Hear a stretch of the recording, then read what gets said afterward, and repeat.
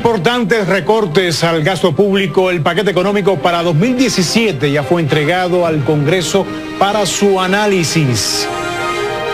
Donald Trump dice que su visita a México tuvo tal impacto e incluso provocó la renuncia del operador del encuentro.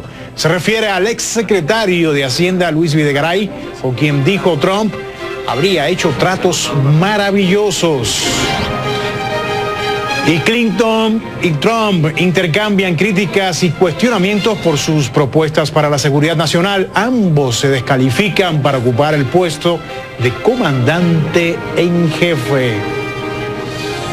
Y muy buenas noches. Estos son los titulares y la información más importante de este jueves 8 de septiembre aquí en CNN México Perspectivas. Ya comenzamos. Y bueno, continúa la polémica tras la visita del candidato republicano a la presidencia, Donald Trump. Algunos sectores no solo le atribuyen un resquebrajamiento del gabinete del presidente Enrique Peña Nieto tras la renuncia del secretario de Hacienda, Luis Videgaray, sino que van más allá y piden la rendición de cuentas al propio mandatario. Por lo pronto, el nuevo secretario de Hacienda, en su primer día de gestiones, ha hecho frente a algunos de los dichos de Trump. Lucaya Liz, con los detalles. El nuevo secretario de Hacienda, José Antonio Meade, ha sido enfático. Ni en el paquete económico para 2017 que se discute a partir de este jueves en el Congreso, ni en ningún otro, se contempla el pago de la construcción de un muro en la frontera entre México y Estados Unidos. Puedo dar absoluta certeza que no va a venir en el presupuesto. Es la polémica que durante días ha eclipsado la vida política del país tras la visita a México la semana pasada del candidato republicano Donald Trump y su reafirmación en el sentido de que, de llegar a la Casa Blanca, construiría un muro financiado un 100% por México. Una visita que a juicio de no pocos le costó el puesto a Luis Videgaray, mano derecha del presidente Enrique Peña Nieto y ex responsable de las finanzas públicas, ya que como confirmó una fuente del gobierno federal a CNN, Videgaray fue la persona que estuvo detrás de la idea de invitar a Trump. Hay que reconocer, este es un movimiento de gabinete que responde al error del miércoles pasado, al gran error de haber traído a Trump, y por lo menos empieza a configurarse una suerte de aceptación de que lo hicieron mal, de que podían haber metido al país en un tremendo lío. Tiene un reto clarísimo. Dentro del gobierno la visión es otra. Yo creo que la decisión del presidente no tiene que ver mucho con si las campañas o no en Estados Unidos, tiene que ver fundamentalmente con el hecho que necesitaba fortalecer en el Congreso y centrar la atención sobre el presupuesto. Este jueves, a través de su cuenta en Twitter, Donald Trump lamentó la renuncia de Luis Videgaray al señalar que México había perdido a un ministro de Finanzas brillante y maravilloso. Un día antes, en entrevista con la cadena NBC, también se refirió al caso, aunque en términos muy distintos.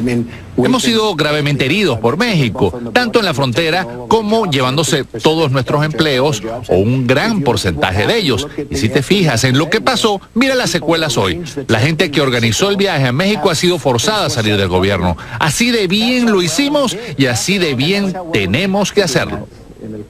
Para algunos partidos de la oposición, la invitación a Trump no se resuelve con la salida de Videgaray.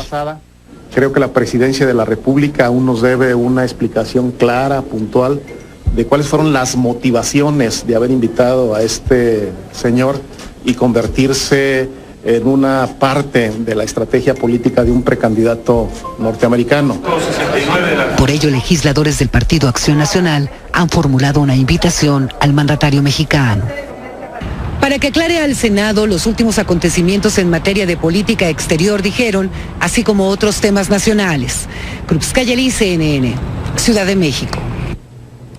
Y un día después de ser nombrado de nueva cuenta secretario de Hacienda, José Antonio Meade entregó el documento del nuevo paquete económico para 2017 al diputado panista Javier Bolaños, presidente de la mesa directiva de la Cámara de Diputados. La dependencia encargada de las finanzas públicas prevé una reducción importante del gasto público como parte del paquete que, se dijo, está diseñado para enfrentar circunstancias adversas y asegurar la estabilidad macroeconómica. Escuchemos. Se construyó un marco macroeconómico realista. El crecimiento real del Producto Interno Bruto reflejado en el paquete está entre 2 y 3% durante 2017. Las proyecciones se hicieron puntualmente asumiendo un crecimiento de 2.5%, proyección que está en línea con las diferentes encuestas. Se asume una inflación de 3%, también en línea con la meta del Banco de México, un tipo de cambio nominal promedio de 18.2 pesos por dólar durante 2017, prudente para efectos fiscales, un precio de la mezcla mexicana de $42 por barril. Es por esas circunstancias adversas que enfrenta en el entorno global la economía mexicana las que obligaron a realizar un nuevo recorte al gasto público, dijo así José Antonio Meade, y señaló que se requirió de un amplio análisis para asignar de manera más eficiente los recursos públicos. Se está planteando un esfuerzo sustancial en materia de reducción del gasto programable sin inversión de alto impacto por 1.2% de PIB. Eso respecto de 2016 implica una reducción del gasto de 239.700 millones de pesos. El gasto neto total con cargo a ello habría de ubicarse en 4.8 millones de pesos, 1.7% real por debajo del que presentamos el año pasado. Y el secretario de Hacienda aseguró que pese a los recortes al gasto, no se verán afectados los programas de apoyo social, en especial los que contribuyen a la reducción de la pobreza, y dijo que no habrá beneficiario de estos programas que deje de recibir la ayuda. José Antonio Meade aseguró que no habrá ni creación de impuestos ni alzas a las tasas tributarias existentes y adelantó algunos de los sectores prioritarios donde se destinarán los recursos. Se mantiene el compromiso con el acuerdo de certidumbre tributaria. En el paquete económico no se crean nuevos impuestos ni se incrementan las tasas de los existentes. Los ingresos presupuestarios tendrán un crecimiento de 0.4% en términos reales para ubicarse en 4.3 millones de pesos. Habremos además de incluir en el paquete que estamos sometiendo a su consideración algunas medidas de simplificación, de certeza jurídica y que nos van a permitir dar impulso a sectores estratégicos. Un esquema de certificación que apoye al sector filantrópico, un estímulo para la formación de atletas de alto rendimiento, un estímulo que permita promover las estaciones de recarga para vehículos eléctricos, otro que permita la deducción de aportaciones a planes de retiro contratados colectivamente. Y el paquete económico que esta misma tarde fue entregado también en la Cámara de Senadores prevé adelantar la liberación del precio de las gasolinas para enero del próximo año, lo que se busca hacer de manera gradual y ordenada para dar impulso al mercado de suministros de combustibles. De esta manera, los precios quedarán definidos por la ley de la oferta y la demanda. Y para analizar cuáles serán las prioridades en la revisión y posible aprobación de esta propuesta de paquete económico para el próximo año, me acompaña esta noche en el estudio por el Partido Acción Nacional Armando Rivera, vicecoordinador económico del Grupo Parlamentario del PAN y secretario de la Comisión de Hacienda de la Cámara de Diputados. Gracias, diputado, por estar acá esta noche. ¿Se queda corto MIT con este paquete, con la reducción del gasto? Esto que dicen que bueno... Muchas gracias por la invitación, Rey.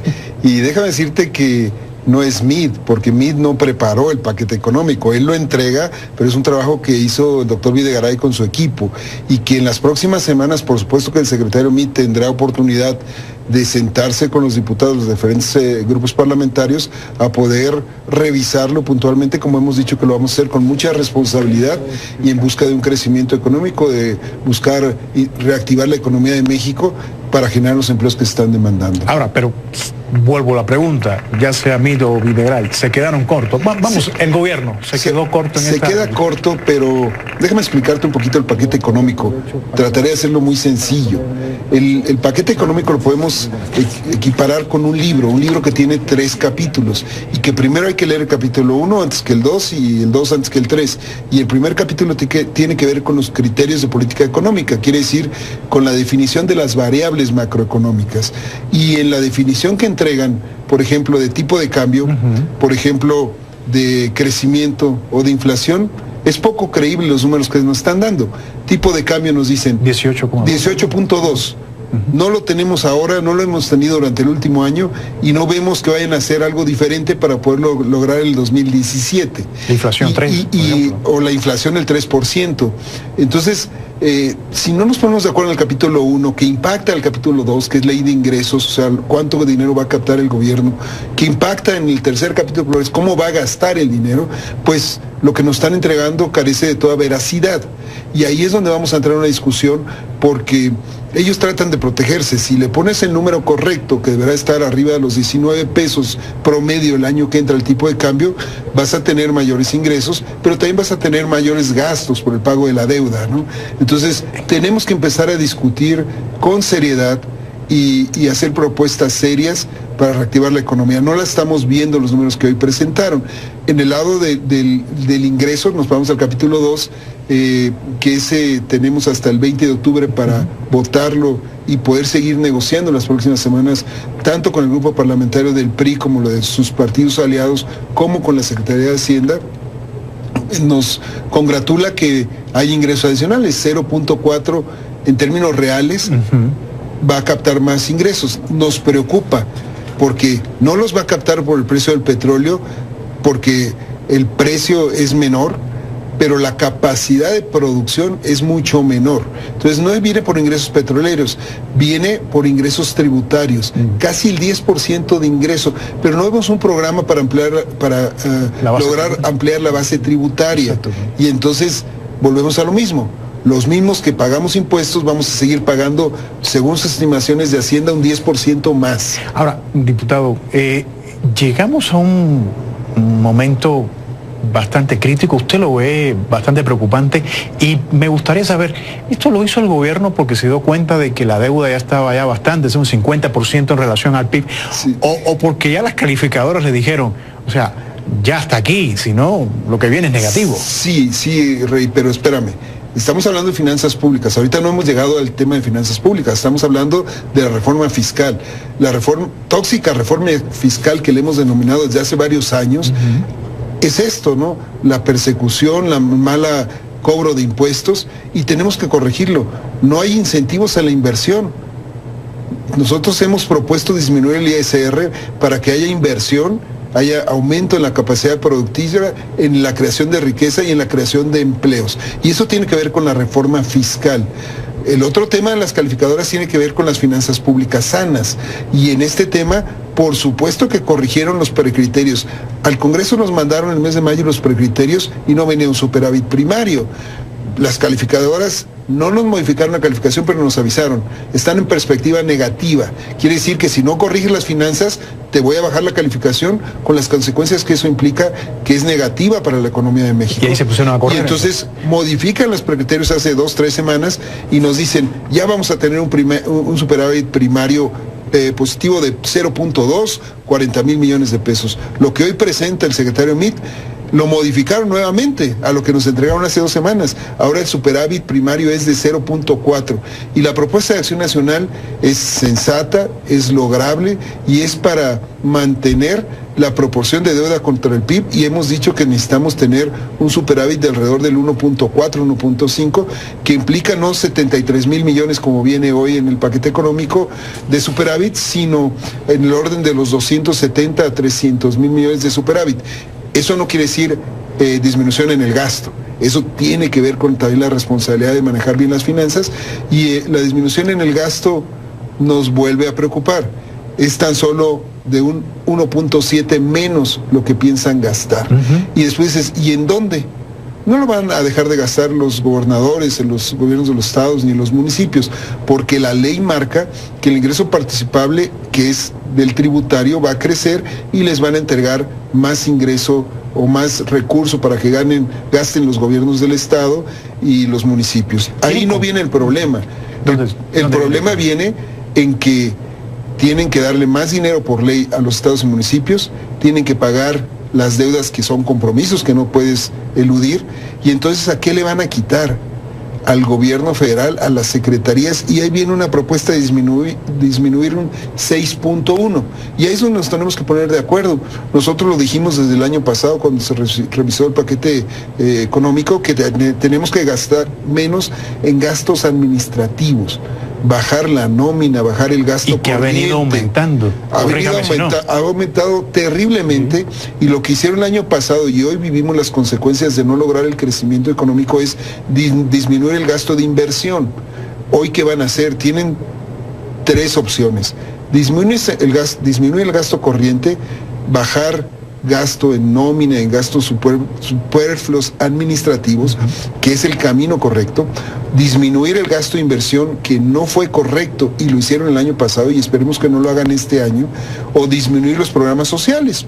Hoy el secretario dice no vamos a tocar el gasto social, y espero que no, porque por un lado presionan a obtener un ingreso mayor a los que sí pagan impuestos, y sería terrible no darle el apoyo a la gente que más lo necesita, a la gente pobre de México, que es el gasto social. Entonces no les va a quedar más que volver a hacer lo que hicieron el año pasado y que detuvo el crecimiento económico, que es no invertir en gasto de inversión, en carreteras, en escuelas, en hospitales.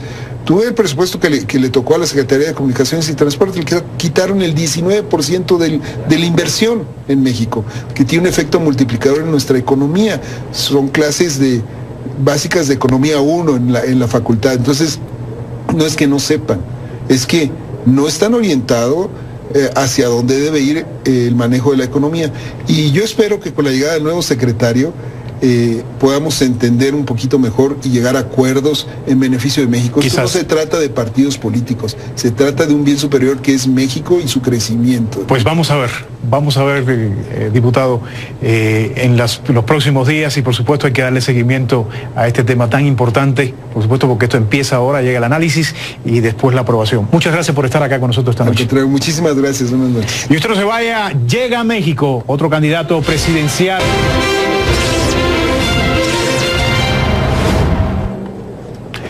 Y la empresa refresquera Coca-Cola inauguró hoy en México un nuevo centro de innovación y desarrollo en la capital del país.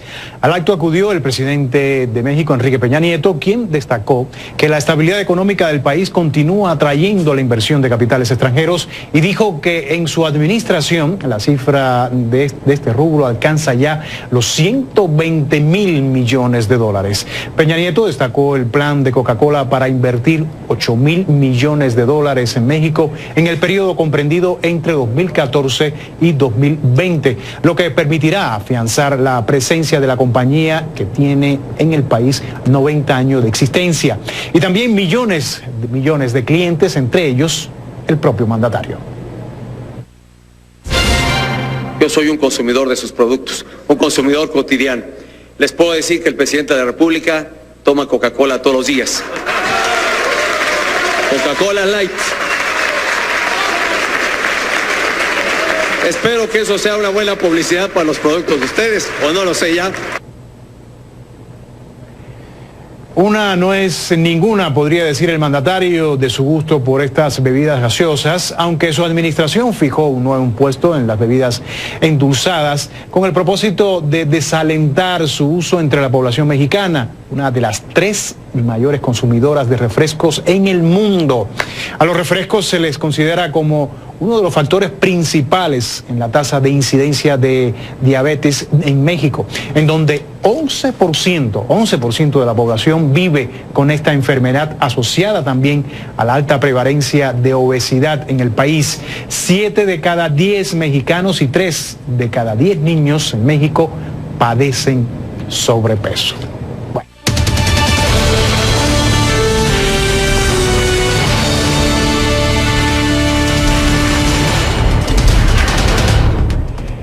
Y a 61 días de las elecciones presidenciales en Estados Unidos, así como pasa el tiempo, los candidatos aprovechan cada momento a la luz pública para convencer a los votantes de su capacidad para liderar a la nación. La seguridad nacional fue el tema de un foro que desveló las diferencias de estilos de Clinton y Donald Trump sobre este asunto. Johnny Mulinares nos amplía desde Washington. Hillary Clinton continúa enfocada en presentar a su rival Donald Trump como un candidato no apto para ser presidente. Atacó a docenas de oficiales en retiro diciendo, y cito, hemos estado perdiendo por mucho tiempo. Así habla él de los hombres y mujeres destacados que se han dedicado a servir al país, sacrificándose por nosotros. Así es como actuaría como comandante en jefe. Es el más reciente frente de batalla en la campaña, tras el foro del miércoles donde los candidatos principales discutieron su visión en seguridad nacional y en el que Donald Trump aseguró que Vladimir Putin es mejor líder que Barack Obama. También acusó a Clinton y al mandatario de debilitar el papel de los generales estadounidenses. Este jueves redobló la crítica. Irak es una de las diferencias en esta campaña. Yo me opuse, aunque la prensa dice que no. Me opuse a la forma como Hillary Clinton nos sacó de allí junto con el presidente Obama, que permitieron que ISIS llenara ese vacío. El presidente Obama, desde Laos, advirtió sobre el peligro de acostumbrarse al estilo de Trump. Lo más importante para el público y la prensa es solamente escuchar lo que él dice, hacer un seguimiento y preguntar por lo que parece ser o contradicción o desinformado o un completo disparate. El desempeño de los candidatos en el Foro de Seguridad Nacional fue apenas un avance de lo que se espera podría ser el primer debate el próximo 26 de septiembre. En el evento no estará Gary Johnson, del Partido Libertario, quien no ha llegado al 15% de intención de voto exigido por la Comisión de Debates. La más reciente encuesta de CNN revela que 2/3 partes de los votantes están más interesados en ver el debate que en años anteriores. Más de la mitad de los encuestados creen que Clinton lo hará mejor. El objetivo no es solo atraer a los votantes a las urnas en noviembre. De hecho, varios estados se preparan para abrir el proceso de votación anticipada, que ha crecido en popularidad en los recientes ciclos electorales. Johnny Mulinares, CNN, Washington. Y esta tarde llegó a la Ciudad de México otro candidato a la presidencia de Estados Unidos. Se trata de Rocky de la Fuente, aspirante presidencial independiente, quien en su plataforma política destaca la defensa de los derechos de los migrantes en Estados Unidos. De la Fuente es un empresario de origen mexicano que destaca la enorme aportación laboral de la población latina en Estados Unidos, por lo que atacó la retórica antiinmigrante del candidato republicano Donald Trump. Y usted no se vaya, presentan avances de las investigaciones en la fosa irregular de Tetelcingo, Morelos, a los familiares de desaparecidos en ese estado. Ya regresamos. Secretarías, y ahí viene una propuesta de disminuir un 6.1, y ahí es donde nos tenemos que poner de acuerdo. Nosotros lo dijimos desde el año pasado cuando se revisó el paquete económico, que tenemos que gastar menos en gastos administrativos, bajar la nómina, bajar el gasto corriente. Y que ha venido aumentando. Ha aumentado terriblemente, y lo que hicieron el año pasado y hoy vivimos las consecuencias de no lograr el crecimiento económico es disminuir el gasto de inversión. Hoy, ¿qué van a hacer? Tienen tres opciones: disminuir el gasto corriente, bajar gasto en nómina, en gastos superfluos administrativos, que es el camino correcto, disminuir el gasto de inversión, que no fue correcto y lo hicieron el año pasado y esperemos que no lo hagan este año, o disminuir los programas sociales. Hoy el secretario dice no vamos a tocar el gasto social, y espero que no, porque por un lado presionan a obtener un ingreso mayor a los que sí pagan impuestos, y sería terrible no darle el apoyo a la gente que más lo necesita, a la gente pobre de México, que es el gasto social. Entonces no les va a quedar más que volver a hacer lo que hicieron el año pasado y que detuvo el crecimiento económico, que es no invertir en gasto de inversión, en carreteras, en escuelas, en hospitales. Tuve el presupuesto que le tocó a la Secretaría de Comunicaciones y Transporte, que quitaron el 19% de la inversión en México, que tiene un efecto multiplicador en nuestra economía. Son clases de básicas de economía 1 en la facultad. Entonces, no es que no sepan, es que no están orientados hacia dónde debe ir el manejo de la economía. Y yo espero que con la llegada del nuevo secretario podamos entender un poquito mejor y llegar a acuerdos en beneficio de México. Esto no se trata de partidos políticos, se trata de un bien superior que es México y su crecimiento. Pues vamos a ver, diputado, en los próximos días, y por supuesto hay que darle seguimiento a este tema tan importante, por supuesto porque esto empieza ahora, llega el análisis y después la aprobación. Muchas gracias por estar acá con nosotros esta noche. Muchísimas gracias, buenas noches. Y usted no se vaya, llega a México, otro candidato presidencial.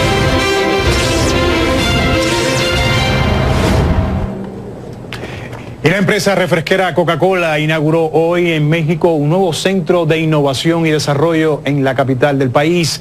Al acto acudió el presidente de México, Enrique Peña Nieto, quien destacó que la estabilidad económica del país continúa atrayendo la inversión de capitales extranjeros y dijo que en su administración la cifra de este rubro alcanza ya los 120.000 millones de dólares.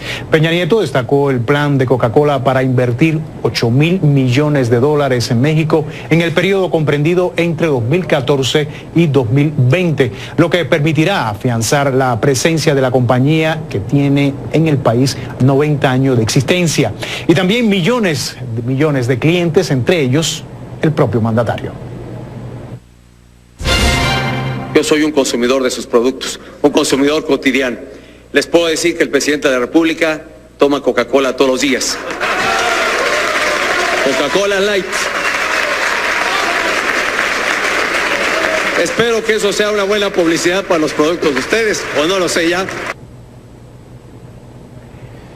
Una no es ninguna, podría decir el mandatario, de su gusto por estas bebidas gaseosas, aunque su administración fijó un nuevo impuesto en las bebidas endulzadas con el propósito de desalentar su... términos reales, para ubicarse en 4.3 millones de pesos.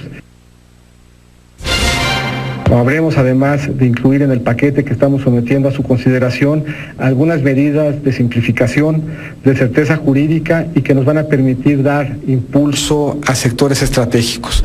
Un esquema de certificación que apoye al sector filantrópico, un estímulo para la formación de atletas de alto rendimiento, un estímulo que permita promover las estaciones de recarga para vehículos eléctricos, otro que permita la deducción de aportaciones a planes de retiro contratados colectivamente. Y el paquete económico que esta misma tarde fue entregado también en la Cámara de Senadores prevé adelantar la liberación del precio de las gasolinas para enero del próximo año, lo que se busca hacer de manera gradual y ordenada para dar impulso al mercado de suministros de combustibles. De esta manera, los precios quedarán definidos por la ley de la oferta y la demanda. Y para analizar cuáles serán las prioridades en la revisión y posible aprobación de esta propuesta de paquete económico para el próximo año, me acompaña esta noche en el estudio por el Partido Acción Nacional Armando Rivera, vicecoordinador económico del Grupo Parlamentario del PAN y secretario de la Comisión de Hacienda de la Cámara de Diputados. Gracias, diputado, por estar acá esta noche. ¿Se queda corto MIT con este paquete, con la reducción del gasto? Esto que dicen que bueno... Muchas gracias por la invitación, Rey. Y déjame decirte que no es MID, porque MID no preparó el paquete económico, él lo entrega, pero es un trabajo que hizo el doctor Videgaray con su equipo, y que en las próximas semanas, por supuesto que el secretario MID tendrá oportunidad de sentarse con los diputados de los diferentes grupos parlamentarios a poder revisarlo puntualmente, como hemos dicho que lo vamos a hacer con mucha responsabilidad y en busca de un crecimiento económico, de buscar y reactivar la economía de México para generar los empleos que se están demandando. Ahora, pero vuelvo a la pregunta, ya sea Mido o Videgaray, ¿se quedaron cortos? Vamos, el gobierno se quedó corto en esta... Se queda corto, pero déjame explicarte un poquito el paquete económico. Trataré de hacerlo muy sencillo. El paquete económico lo podemos equiparar con un libro que tiene 3 capítulos, y que primero hay que leer el capítulo 1 antes que el 2 y el 2 antes que el 3. Y el primer capítulo tiene que ver con los criterios de política económica, quiere decir con la definición de las variables macroeconómicas. Y en la definición que entregan, por ejemplo, de tipo de cambio, por ejemplo, de crecimiento o de inflación, es poco creíble los números que nos están dando. Tipo de cambio nos dicen 18.2. No lo tenemos ahora, no lo hemos tenido durante el último año y no vemos que vayan a hacer algo diferente para poderlo lograr el 2017. La inflación 3, o la inflación el 3%. Entonces, si no nos ponemos de acuerdo en el capítulo 1, que impacta al capítulo 2, que es ley de ingresos, o sea, cuánto dinero va a captar el gobierno, que impacta en el tercer capítulo, es cómo va a gastar el dinero, pues lo que nos están entregando carece de toda veracidad. Y ahí es donde vamos a entrar en una discusión, porque ellos tratan de protegerse. Si le pones el número correcto, que deberá estar arriba de los 19 pesos promedio el año que entra el tipo de cambio, vas a tener mayores ingresos, pero también vas a tener mayores gastos por el pago de la deuda, ¿no? Entonces, tenemos que empezar a discutir con seriedad y hacer propuestas serias para reactivar la economía. No la estamos viendo los números que hoy presentaron. En el lado del ingreso, nos vamos al capítulo 2, que ese tenemos hasta el 20 de octubre. Que organizó el viaje a México ha sido forzada a salir del gobierno. Así de bien lo hicimos y así de bien tenemos que hacerlo. Para algunos partidos de la oposición, la invitación a Trump no se resuelve con la salida de Videgaray. Creo que la presidencia de la República aún nos debe una explicación clara, puntual, de cuáles fueron las motivaciones de haber invitado a este señor y convertirse en una parte de la estrategia política de un precandidato norteamericano. Por ello, legisladores del Partido Acción Nacional han formulado una invitación al mandatario mexicano. Para que aclare al Senado los últimos acontecimientos en materia de política exterior, dijeron, así como otros temas nacionales. Cruz Cayeli, CNN, Ciudad de México. Y un día después de ser nombrado de nueva cuenta secretario de Hacienda, José Antonio Meade entregó el documento del nuevo paquete económico para 2017 al diputado panista Javier Bolaños, presidente de la mesa directiva de la Cámara de Diputados. La dependencia encargada de las finanzas públicas prevé una reducción importante del gasto público como parte del paquete que se dijo está diseñado para enfrentar circunstancias adversas y asegurar la estabilidad macroeconómica. Escuchemos. Se construyó un marco macroeconómico realista. El crecimiento real del Producto Interno Bruto reflejado en el paquete está entre 2 y 3% durante 2017. Las proyecciones se hicieron puntualmente asumiendo un crecimiento de 2.5%, proyección que está en línea con las diferentes encuestas. Se asume una inflación de 3%, también en línea con la meta del Banco de México, un tipo de cambio nominal promedio de 18.2 pesos por dólar durante 2017, prudente para efectos fiscales, un precio de la mezcla mexicana de $42 por barril. Es por esas circunstancias adversas que enfrenta en el entorno global la economía mexicana las que obligaron a realizar un nuevo recorte al gasto público, dijo así José Antonio Meade, y señaló que se requirió de un amplio análisis para asignar de manera más eficiente los recursos públicos.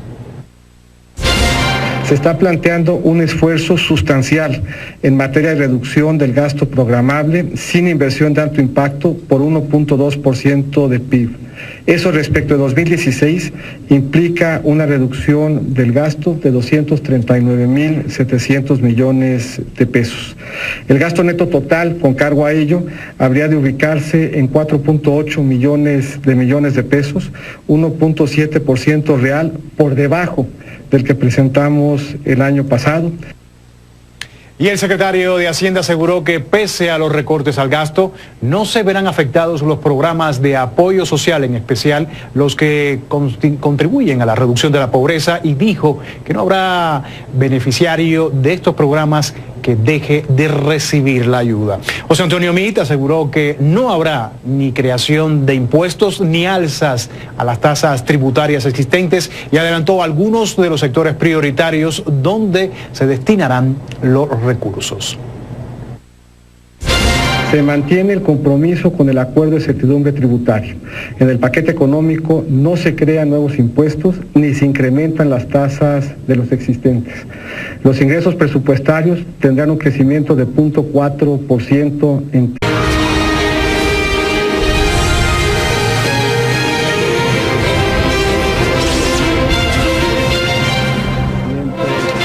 Importantes recortes al gasto público. El paquete económico para 2017 ya fue entregado al Congreso para su análisis. Donald Trump dice que su visita a México tuvo tal impacto e incluso provocó la renuncia del operador del encuentro. Se refiere al exsecretario de Hacienda, Luis Videgaray, con quien dijo Trump habría hecho tratos maravillosos. Y Clinton y Trump intercambian críticas y cuestionamientos por sus propuestas para la seguridad nacional. Ambos se descalifican para ocupar el puesto de comandante en jefe. Y muy buenas noches. Estos son los titulares y la información más importante de este jueves 8 de septiembre aquí en CNN México Perspectivas. Ya comenzamos. Y bueno, continúa la polémica tras la visita del candidato republicano a la presidencia, Donald Trump. Algunos sectores no solo le atribuyen un resquebrajamiento del gabinete del presidente Enrique Peña Nieto tras la renuncia del secretario de Hacienda, Luis Videgaray, sino que van más allá y piden la rendición de cuentas al propio mandatario. Por lo pronto, el nuevo secretario de Hacienda, en su primer día de gestiones, ha hecho frente a algunos de los dichos de Trump. Lucay Alice, con los detalles. El nuevo secretario de Hacienda, José Antonio Meade, ha sido enfático. Ni en el paquete económico para 2017 que se discute a partir de este jueves en el Congreso, ni en ningún otro, se contempla el pago de la construcción de un muro en la frontera entre México y Estados Unidos. Puedo dar absoluta certeza que no va a venir en el presupuesto. Es la polémica que durante días ha eclipsado la vida política del país tras la visita a México la semana pasada del candidato republicano Donald Trump y su reafirmación en el sentido de que, de llegar a la Casa Blanca, construiría un muro financiado un 100% por México. Una visita que a juicio de no pocos le costó el puesto a Luis Videgaray, mano derecha del presidente Enrique Peña Nieto y ex responsable de las finanzas públicas, ya que como confirmó una fuente del gobierno federal a CNN, Videgaray fue la persona que estuvo detrás de la idea de invitar a Trump. Hay que reconocer, este es un movimiento de gabinete que responde al error del miércoles pasado, al gran error de haber traído a Trump, y por lo menos empieza a configurarse una suerte de aceptación de que lo hicieron mal, de que podían haber metido al país en un tremendo lío. Tiene un reto clarísimo. Dentro del gobierno la visión es otra. Yo creo que la decisión del presidente no tiene que ver mucho con si las campañas o no en Estados Unidos, tiene que ver fundamentalmente con el hecho que necesitaba fortalecer en el Congreso y centrar la atención sobre el presupuesto. Este jueves, a través de su cuenta en Twitter, Donald Trump lamentó la renuncia de Luis Videgaray al señalar que México había perdido a un ministro de Finanzas brillante y maravilloso. Un día antes, en entrevista con la cadena NBC, también se refirió al caso, aunque en términos muy distintos. Hemos sido gravemente heridos por México, tanto en la frontera como llevándose todos nuestros empleos o un gran porcentaje de ellos. Y si te fijas en lo que pasó, mira las secuelas hoy. La gente para votarlo y poder seguir negociando en las próximas semanas, tanto con el grupo parlamentario del PRI como lo de sus partidos aliados, como con la Secretaría de Hacienda. Nos congratula que hay ingresos adicionales, 0.4 en términos reales, va a captar más ingresos. Nos preocupa porque no los va a captar por el precio del petróleo, porque el precio es menor, pero la capacidad de producción es mucho menor. Entonces no viene por ingresos petroleros, viene por ingresos tributarios, casi el 10% de ingreso, pero no vemos un programa para lograr ampliar la base tributaria. Y entonces volvemos a lo mismo. Los mismos que pagamos impuestos vamos a seguir pagando, según sus estimaciones de Hacienda, un 10% más. Ahora, diputado, llegamos a un momento bastante crítico, usted lo ve bastante preocupante, y me gustaría saber, ¿esto lo hizo el gobierno porque se dio cuenta de que la deuda ya estaba ya bastante, es un 50% en relación al PIB, sí, o porque ya las calificadoras le dijeron, o sea, ya hasta aquí, si no, lo que viene es negativo? Sí, Rey, pero espérame. Estamos hablando de finanzas públicas. Ahorita no hemos llegado al tema de finanzas públicas. Estamos hablando de la reforma fiscal. La tóxica reforma fiscal que le hemos denominado desde hace varios años, es esto, ¿no? La persecución, la mala cobro de impuestos, y tenemos que corregirlo. No hay incentivos a la inversión. nosotros hemos propuesto disminuir el ISR para que haya inversión, haya aumento en la capacidad productiva, en la creación de riqueza y en la creación de empleos. Y eso tiene que ver con la reforma fiscal. El otro tema de las calificadoras tiene que ver con las finanzas públicas sanas. Y en este tema, por supuesto que corrigieron los precriterios. Al Congreso nos mandaron en el mes de mayo los precriterios y no venía un superávit primario. Las calificadoras no nos modificaron la calificación, pero nos avisaron. Están en perspectiva negativa. Quiere decir que si no corriges las finanzas, te voy a bajar la calificación con las consecuencias que eso implica, que es negativa para la economía de México. Y ahí se pusieron a correr. Y entonces modifican los precriterios hace 2-3 semanas y nos dicen, ya vamos a tener un superávit primario positivo de 0.2, 40,000 millones de pesos. Lo que hoy presenta el secretario Mitt, lo modificaron nuevamente a lo que nos entregaron hace 2 semanas. Ahora el superávit primario es de 0.4 y la propuesta de Acción Nacional es sensata, es lograble y es para mantener la proporción de deuda contra el PIB, y hemos dicho que necesitamos tener un superávit de alrededor del 1.4, 1.5, que implica no 73,000 millones como viene hoy en el paquete económico de superávit, sino en el orden de los 270 a 300,000 millones de superávit. Eso no quiere decir disminución en el gasto. Eso tiene que ver con también la responsabilidad de manejar bien las finanzas, y la disminución en el gasto nos vuelve a preocupar. Es tan solo de un 1.7 menos lo que piensan gastar. Y después dices, ¿y en dónde? No lo van a dejar de gastar los gobernadores, en los gobiernos de los estados ni en los municipios, porque la ley marca que el ingreso participable, que es del tributario, va a crecer y les van a entregar más ingreso o más recurso para que gasten los gobiernos del estado y los municipios. Ahí no viene el problema. El problema viene en que tienen que darle más dinero por ley a los estados y municipios, tienen que pagar las deudas que son compromisos que no puedes eludir, y entonces ¿a qué le van a quitar? Al gobierno federal, a la